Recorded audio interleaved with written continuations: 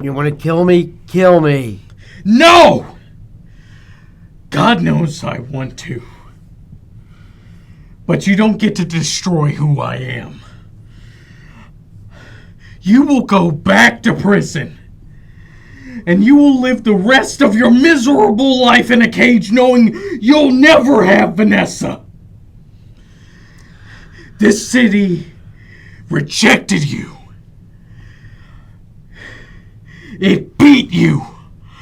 I beat you.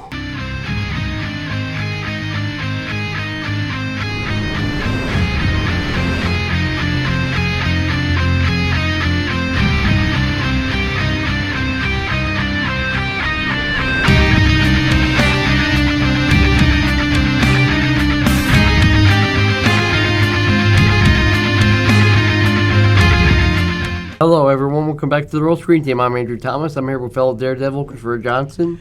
Hello. Once again, I'm the Devil of Hell's Kitchen. And we're finally concluding the Netflix versions of Daredevil. Yes. By discussing Season 3.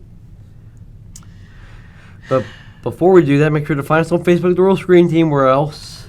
You can also find us on Reddit, Instagram, TikTok, and Lemonade. Yep. And make sure to find our YouTube channel. Make sure to like, comment, share our videos, and subscribe to our YouTube channel.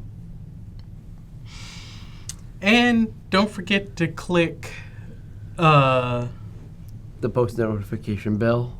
Yes, so you're updated with all of our upcoming videos. So let's start the Season 3 overview. Okay.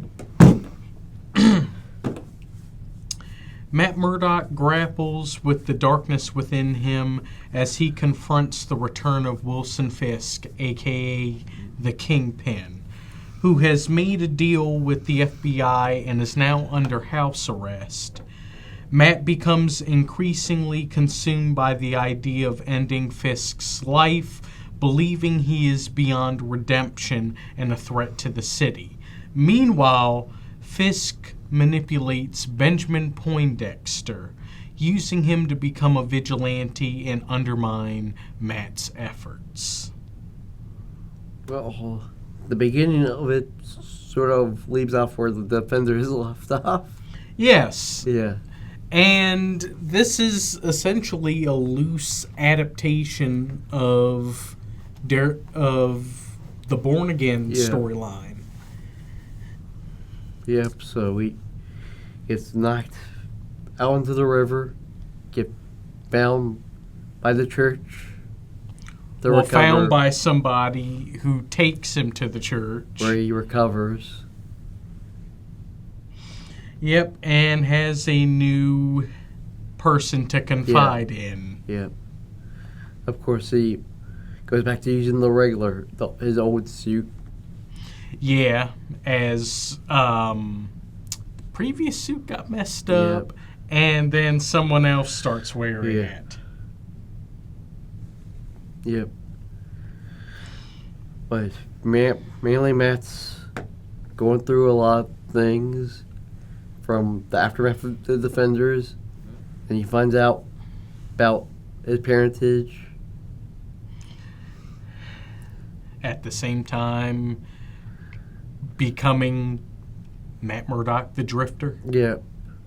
You know, he's not living in his apartment anymore. Yeah. He's letting the world believe he is dead. Yeah. Until he finds out Wilson Fisk is back. Yeah. And then that's when he's willing to let the world know, I am alive. Yeah. If it means I can stop Fisk. Yep. And at the same time, repair relationships he messed up. But I guess we start with the man himself, Matt Murdock, a.k.a. Daredevil, played by Charlie Cox. Yep. Some of the best lines this man says is in this season. I mean, just the cold open that we did. Yep. fantastic. And dear God, everything Matt has gone through. I mean, the beginning of the season, one of his ears is messed up. That he feels as though he can't even be Daredevil anymore. He's just down in the dumps beating himself up. Because despite his efforts, he feels as though he failed. Yep. He may have saved the city, but he also feels like he failed.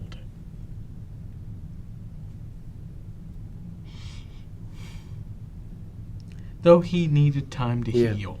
He needed time to heal. And when Fisk comes back, he truly has to deal with this whole like weird devil on his shoulder talking to him, while at the same time also having his dad show up and guide him. Matt went through a lot this season. And a good chunk of it he had to do all on his own. Yep. I mean, your thoughts? Yep. Being stressed over wrapping the vendor. Just also find out about his real mother. Which we'll get into. Yeah, and then, Fisk, everything he's doing, all the people he's hurting, having killed, threatening, and Matt feeling as though there's nothing he can do about it.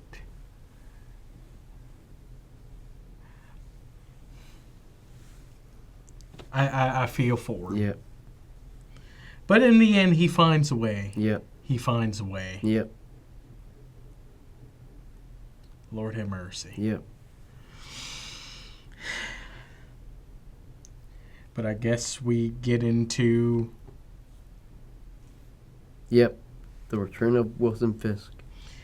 Played fantastically by Vincent D'Onofrio. Yep. Just masterclass again.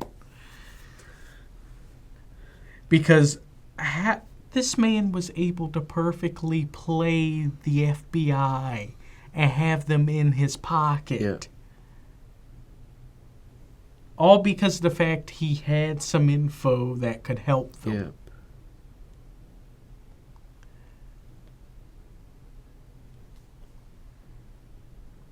It's just crazy. Yeah. It's just crazy. It's like he had all this planned out way ahead of time. Yeah. And just knew where to put all the pieces. Yeah. I mean, he went from wearing his prison jumpsuit in that high-rise apartment to then back to wearing a white suit, having all the things he lost at the end of the first season back. Yeah. And even has Vanessa come back and he gets to marry her. Yeah.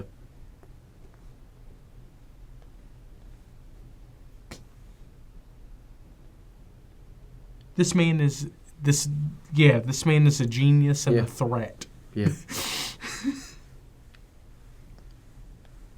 Knows when to cut loose ends. Yeah.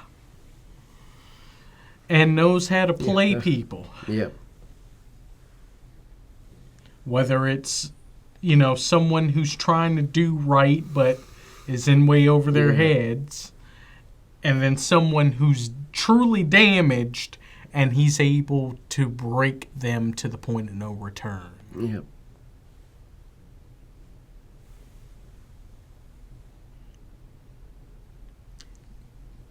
Vincent D'Onofrio No one else can play this Yeah. character at this point. No one else. No one else. I mean... Yeah, I agree. But now, do we get into the supporting cast before we get into the other? In this three-way dance? Or do we get into the other? We get into the other. Yeah. Okay. Benjamin Poindexter, a.k.a. Bullseye, played by Wilson Bethel. Once again.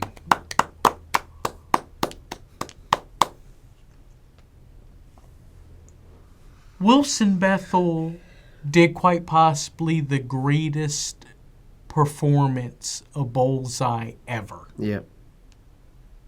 He was actually able to take this character and make him truly a tragic and complex individual. Yeah. There really... Bullseye did not have to become what he became. Yeah. If he hadn't lost his parents, if he hadn't gone through the mental issues that he went through, he would not be who he is. Yeah.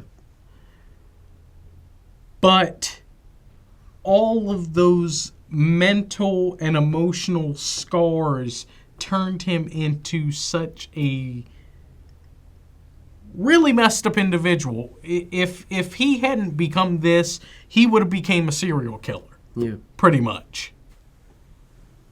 I mean, he was only like, what, 7 or 8 years old when he took his first life? Yeah. Which was his baseball coach. Yeah. All because his baseball coach told him, get off the pitcher's mound. You're doing a bit too perfectly. You know, no doing a complete no-hitter. I'm still trying to figure out how he fully understood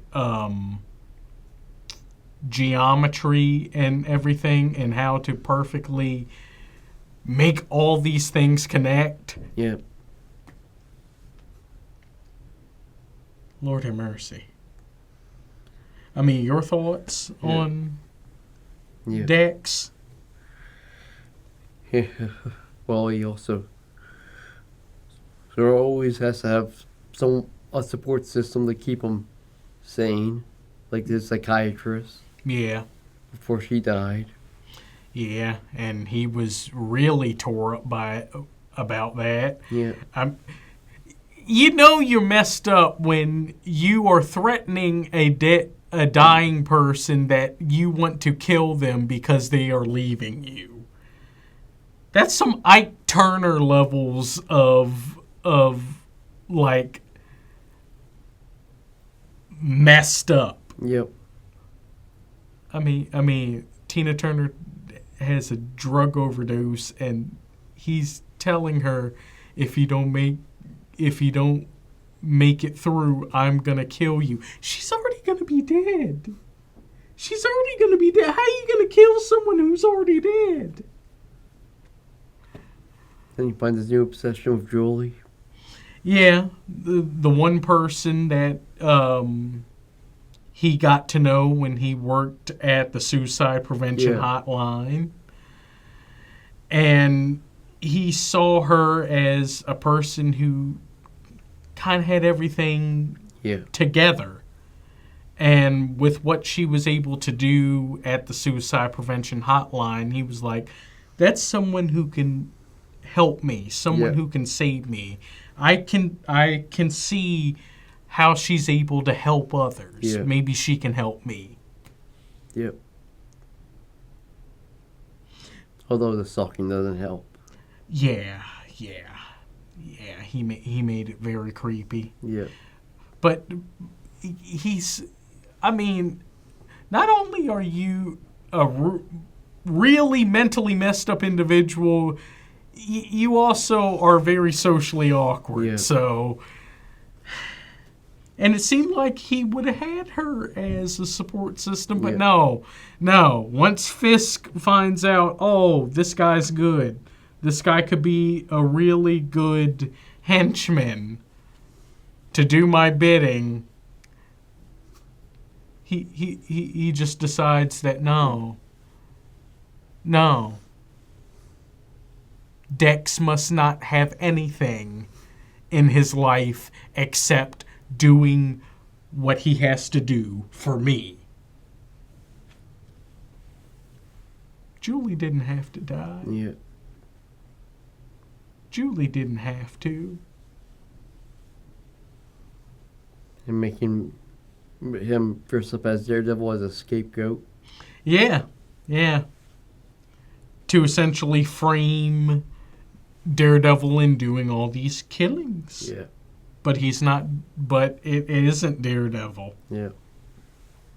I mean, some people are able to figure that out Yeah. just based off of his voice and different jaw. Yeah. But dear God, Dex is a threat. Yeah.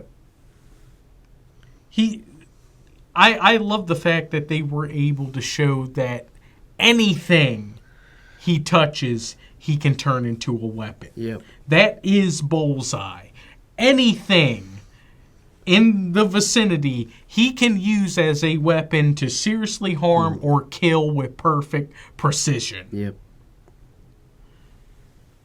Wilson Bethel, no one else can play this character now. It's Wilson Bethel. Yeah. I'm now kicking myself that I didn't get to meet him last time at Awesome Con, the same time I met Charlie Cox. Yeah. I'm now, if he comes back next year, Yeah.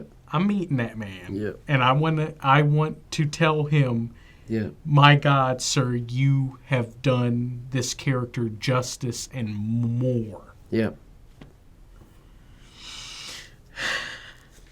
But let's talk about the other FBI people. Well, starting with the man who kind of puts all this in motion, Special Agent Ray Nadeem, played by Jay Ali. Yep. You feel bad for the guy. Yeah. Because initially he's doing this because financially struggling because he had to help a family member fight their battle with cancer. And then he sees that there's potential in doing some good work by having Wilson Fisk be an informant. But then soon he realizes that, oh dear God, I'm being played. The FBI's being played. Oh no, they are in his pocket. They're in league with him. Yeah. He is controlling everything. Yeah. And there's nothing I can do. He basically becomes a Ben Urich of season 3. Yeah. As, you know, he's trying to do the right thing, but yet he also knows that he may not make it out alive. Yeah. And we kind of see him kind of go through the stages of grief and accepting that. While at the same time, him feeling like he kind of failed. Yeah. But it wasn't your fault, Ray. No. It wasn't your fault. Yep. I found that out. Fisk was the reason for his financial woes. And then having people within the FBI try to frame Ray if he doesn't cooperate. Just cold-blooded. Just absolutely cold-blooded. But I liked Ray. Yeah, me too. And yeah, you really feel for him throughout this season. We got to see him team up with Daredevil. which was cool. Yep. Yeah. Then team up with the people he. Then when he tried to set Matt up, he was non-believing at first, going after Karen and Foggy.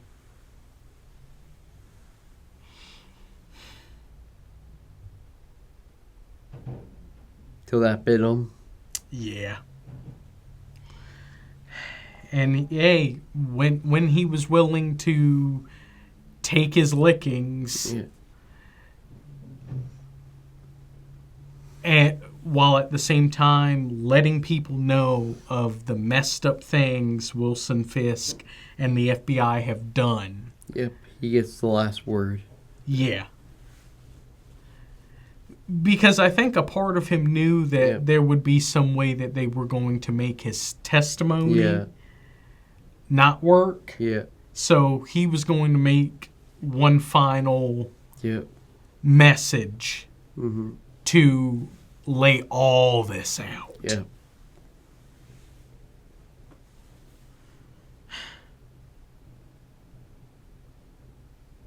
Heartbreaking story. Yeah. Well, let's talk about the Daredevil supporting cast. Oh, yep. Karen Page, played by Deborah Ann Wall. Yep. Ace Attorney once again. Ace. My apologies. Ace Reporter on for the next big story, even if it means putting her own life in danger. Like telling Wilson Fisk, I killed Wesley.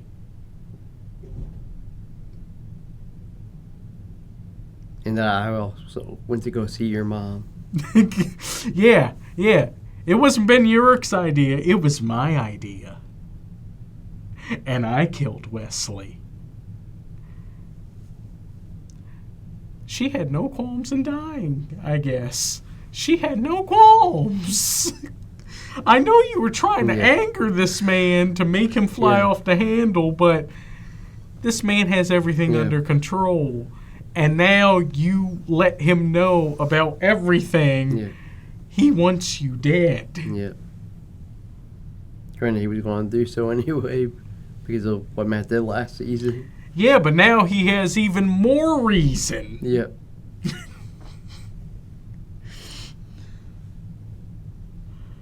But hey, Karen did her best in trying to uncover this whole conspiracy.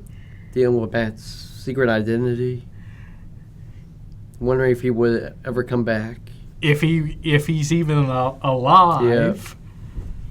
Then when he comes back, try to fix the relationship between him and Foggy. And at the same time also deal with some of her demons, as we finally got her backstory. For a whole episode. Yeah. Yeah, most of it's flashback. Up until like the last 15 minutes. Yeah, as we know of her life back in Vermont. Yep. Being a cokehead. Or drug deal. What drug dealer? Yeah. Or drug dealing boyfriend also. Yeah.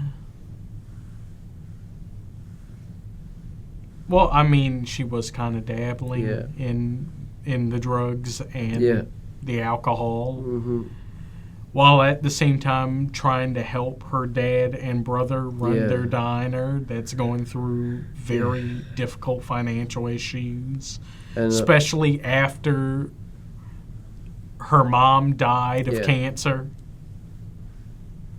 Of course. Her brother tries to rescue her. And that's... And her boyfriend just tries to beats the crap out of him.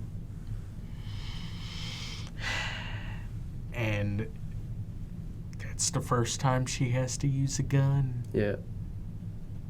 Just wounded him. Yeah. And then car accident. Didn't ever want to be seen again from her father. No. Because while he does love her, he's lost too much. Yeah. He's already lost his wife. Now he lost his son. And that's why Karen ends up going to New York. Yep. And then she's also in sort of protective custody from the church, in hiding. Yeah, sanctuary, pretty much. Where he gets hunted by Bullseye as Daredevil. Was a rough time. Yep.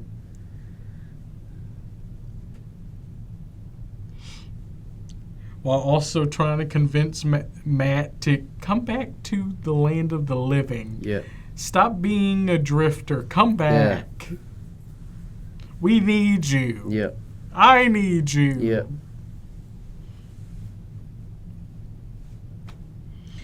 And then on the other hand, yeah. Franklin Foggy Nelson, played by Eldon Henson. With a haircut. Yeah, he living the high life now. Yep. You know, now that he's working for Jerry Hogarth, and Marcy's working there too. Yep. Their relationship going well. Yep. But at the same time, he ends up finding out that, oh no, his family is also a bit in deep in this whole conspiracy. Yeah. Because running their butcher shop, Financial Times, they end up getting money from Fisk. Yep. And then he's the one to find out that Matt's still alive. Yeah, the first one. Yeah. To find out. While Matt also stealing his whole past, everything, his whole ID, everything. Yeah. So he can, get into. Well, first get into the prison. Yeah. And then, prison riot. Yeah. And then almost drowned in a runaway taxi. Yeah. While Foggy is also figuring out more of what's going on with this Fisk conspiracy, and at the same time trying to run for district attorney. Yeah. Because he feels as though Blake Tower, after everything that happened in season 2, may not be properly cut out to be district attorney. Because he saw how Reyes could be manipulated. What's to say Blake Tower couldn't also be? Yeah. As apparently, he's the one that signed off on Fisk getting house arrest. And now look what's happening. I was rooting for Foggy. Yeah. I was rooting for him. But, in the end, Blake Tower does become district attorney. As he does figure out that, Tower's not dirty. Yeah. Maybe a bit misguided, as everyone was. Yeah. But he's not a bad guy. Yeah.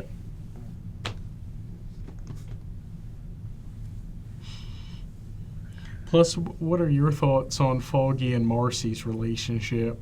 I like the relationship. It's more domesticated than just sex. Yeah. This time, Yeah. They actually do care about each other. Yeah. That's why I'm kind of a bit upset that we didn't see Marcy in Born Again. Yeah. I want to know, what are her feelings about this? When we get to Born Again, Yeah.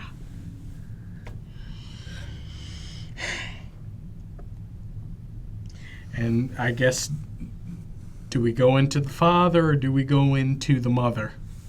We get into the father. Father Paul Lantham. Yeah.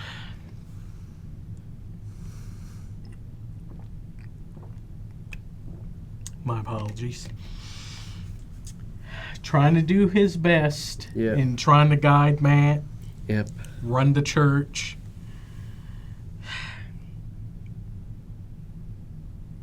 Why we have to lose Father Lantham? Yeah. Why? Why, Bullseye? Why did you... Why? Why'd you have to kill a priest in a Catholic church? Yep. Why did he have to be the third?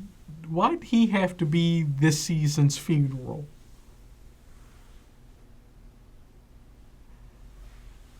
It's a daggone shame. Yep. But he did his best. Yep. In trying to help guide Matt. Yep. After he found out about his mother. And apologizing for him as his last breath.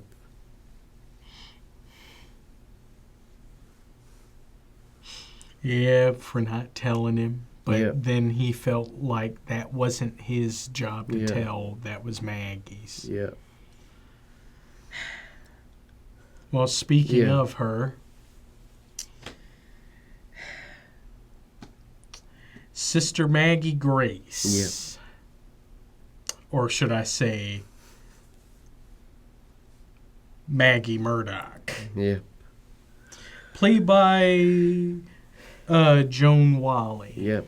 Val Kilmer's former wife. Everything, I swear, everything ends up connecting. Yeah. She did a fantastic job. Yeah. Truly, she did. She was already acting like Matt's mother before we even properly found out that, oh, that's Matt's mother. Yeah. As she was able to be nurturing, but also be tough. Yep.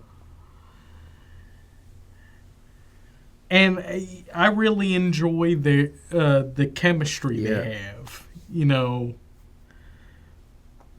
And it's kind of sad that she wasn't able to be there for Matt for a good chunk of his life, because she went through a very, very bad bout of postpartum depression. Yeah. Very debilitating. Yeah. That she had to leave, get help from the church, and she continued her mission as a nun. Yeah. Which that's what she was doing before she met Jack Murdoch. Yeah.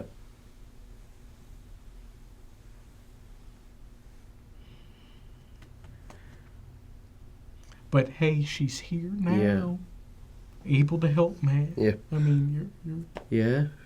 Joanne does a great job. She protects Matt and Karen. They're being hunted by the FBI. and Bullseye. Yeah. And at the same time help, patch up Matt when he needs help. Help organize things, so he can get back in fighting shape. Yeah. Well, her and Fatherland. Yeah. And, help him in making sure that he makes the right choice in the end. Yeah.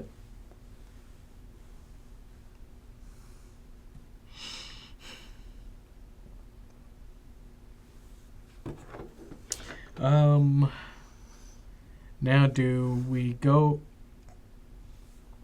Ellison? Yep. Yep. Mitchell Ellison, played by Jeffrey Cantor. Yeah. I swear this man has gone through everything with having to work with Karen Page. Yeah. Yep, he gets stabbed by Bullseye as Daredevil. Yeah. And at the same time, Karen knows everything, but she can't tell him because she feels as though it isn't her right to tell. To the point that he feels as though he has to fire her. Yeah. Especially after he got stabbed. Yeah. And then also dealing with Ben's death. Yeah. I feel bad for him. Yeah. I feel bad for him.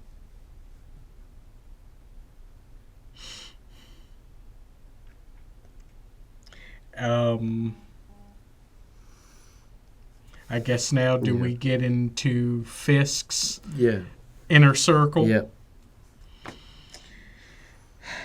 I guess his lawyers first.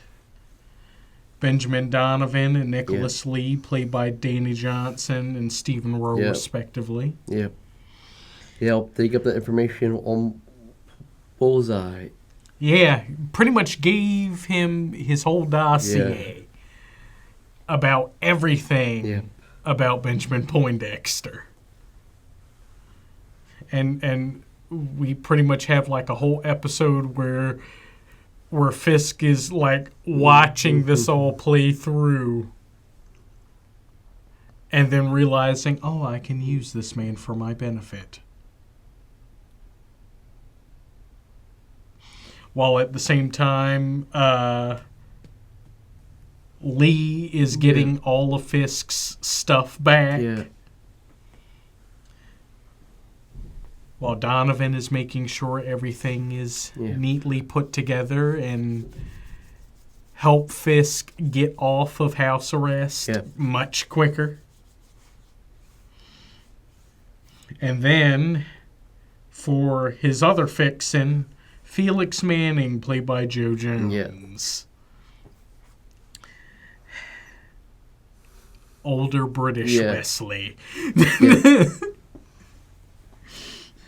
As this man, he can orchestrate taking people out. Heck, he can do it himself, too. Yep.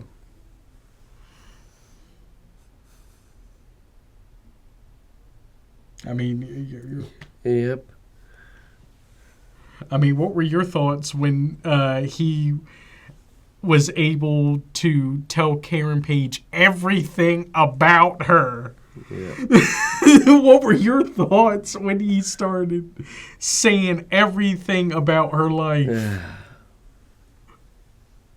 And then him helping the woman in charge of the FBI by setting up Reyes. Yep. SAC Tammy Hotley, played by Katie Udall. Yeah. We thought she was on Ray's side, but no. She was in too deep. Yeah. She was under Fisk's control. Yeah. Apparently, he killed one of her kids. Yeah.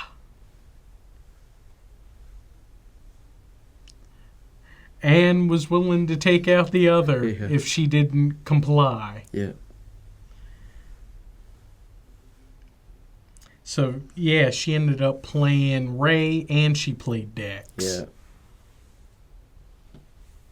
Part of me kind of wish Dex had the ability to shoot her. Yeah. But I guess her going to prison is probably the better route. Yeah. She essentially committed murder. Yeah, and pretty much in cold blood too. Yeah. And framed Ray on top of it.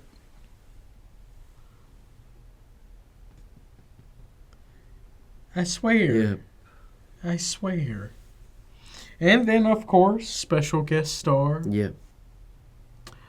Iletta Zur. Yeah. As Vanessa Mariana, or should I say now, Vanessa Fisk. Yeah. Once again, she's fantastic. Fantastic. And we find out that, oh no, she dangerous too. By putting a hit on Reyes. Yeah. Even though Kingpin was going to go there. He just essentially let her be the one to make the decision. Yeah. Do we take out Nadine? Yeah. Do we take out Nadine? Yeah. Yes. He's become too much of a loose end. Yeah. I didn't know Vanessa could be so cold-blooded. I didn't know. I thought she would just be the one to keep Fisk from not becoming a complete monster, but nah, she just is bad. Yeah. I mean, what were your thoughts when she said that? Yeah, I was in shock. Yeah, it looked like Fisk was a bit of shock also. Yeah, he's like, oh, she down with this too? Okay. I'm going to have to work through this, but I think I can live with this. Yeah.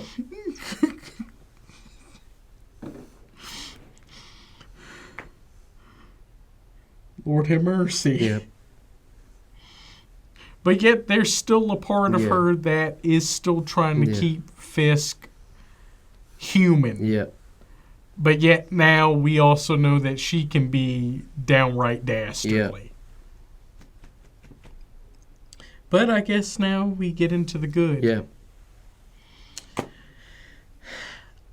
A very decent adaptation of the Born Again story. Yeah. Of course, some things are changed, but it was okay. This time, everything is actually neatly blended together.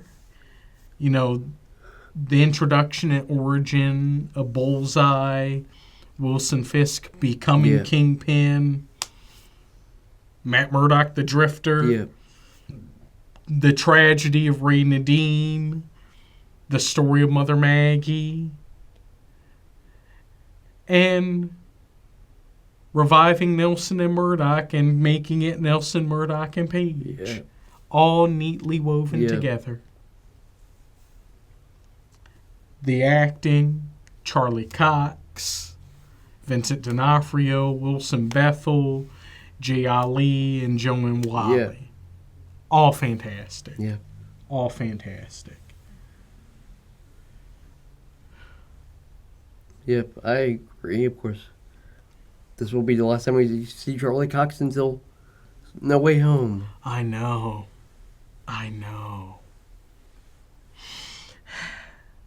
But it's a good thing they kept him. Yeah. It's a good thing. Yeah. And then the action, Matt's prison break, Matt and Nadeem versus the FBI in traffic. Yeah. Oh! Matt versus Dex, and then the three-way dance. Matt versus Fisk versus Dex. After Dex found out, oh, I have been played the whole time by Fisk. Fisk had Julie killed. Everything Matt Murdock told me was right. I was played by everyone. I need to get him. To the point that I mess up you know, the celebration after him getting married, and I'm gonna try to kill him. And anyone who gets in my way. And the people that helped in his orchestration of manipulating me. All while wearing the Daredevil costume. Yeah. Though, did he have to take Julie's frozen body with him on his way to crash everything? No. I guess that showed that he was at the point of no return. Yeah. Though Dex, in the end, got his back broken. Yeah. Before being put adamantium in it, which wasn't called that. As they didn't have the rights yet. Yeah. But now they were actively able to say, adamantium rod in his spine. Yeah. Now he's in full Bullseye mode. Yeah.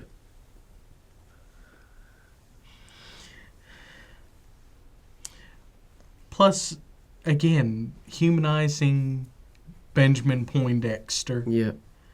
Officially establishing Vanessa as the Queen Pin next to Kingpin. We got Karen's backstory, and I forgot how utterly messed up the twist of the FBI being under Fisk's control was. And plus, this was your first time watching the season, right? Yeah. So, what were your thoughts as all this was unfolding? mainly with once the deputy killed the other guy. I was in shock. Saying, what the hell? Yeah. Yeah. No season is perfect. Yeah. I understand it was for dramatic effect and everything, but did they really have to kill off Father Lantom? Did they? Now Matt has one less person to confide in. Yeah. And then the fanboy gripes. One, Foggy doesn't properly propose to Marcy. Yeah. I would have actually liked to have seen them, become fiancés. Yeah. That actually would have made things even more Yeah. emotional damage when we get to the show point comes again. back. And also, in the original Born Again story, Bullseye was not the person doing Fisk's bidding. It was Nuke.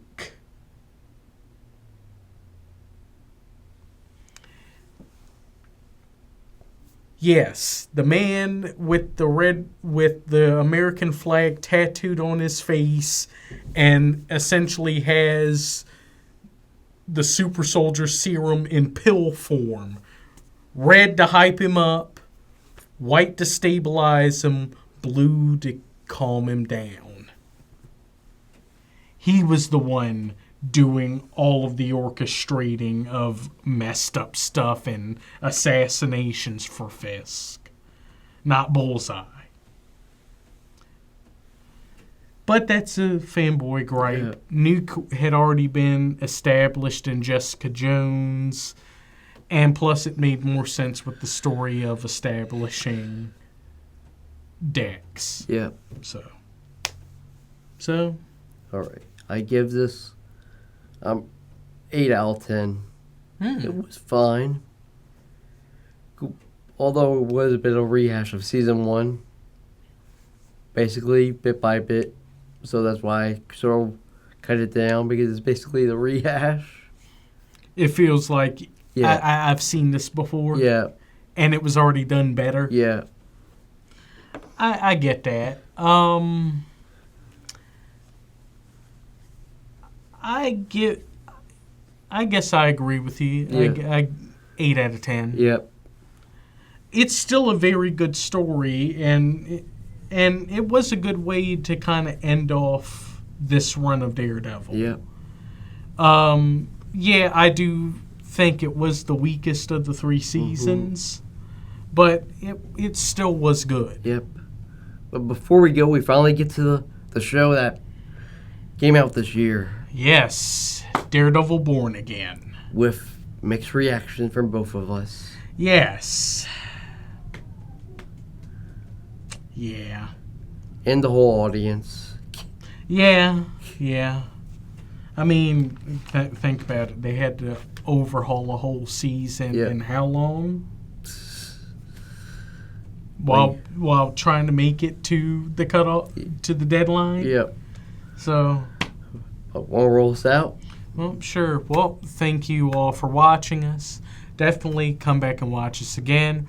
Remember to like, comment, subscribe, share, and click the post notification bell so you're updated with all of our upcoming videos. Well, cut, print, that's a wrap.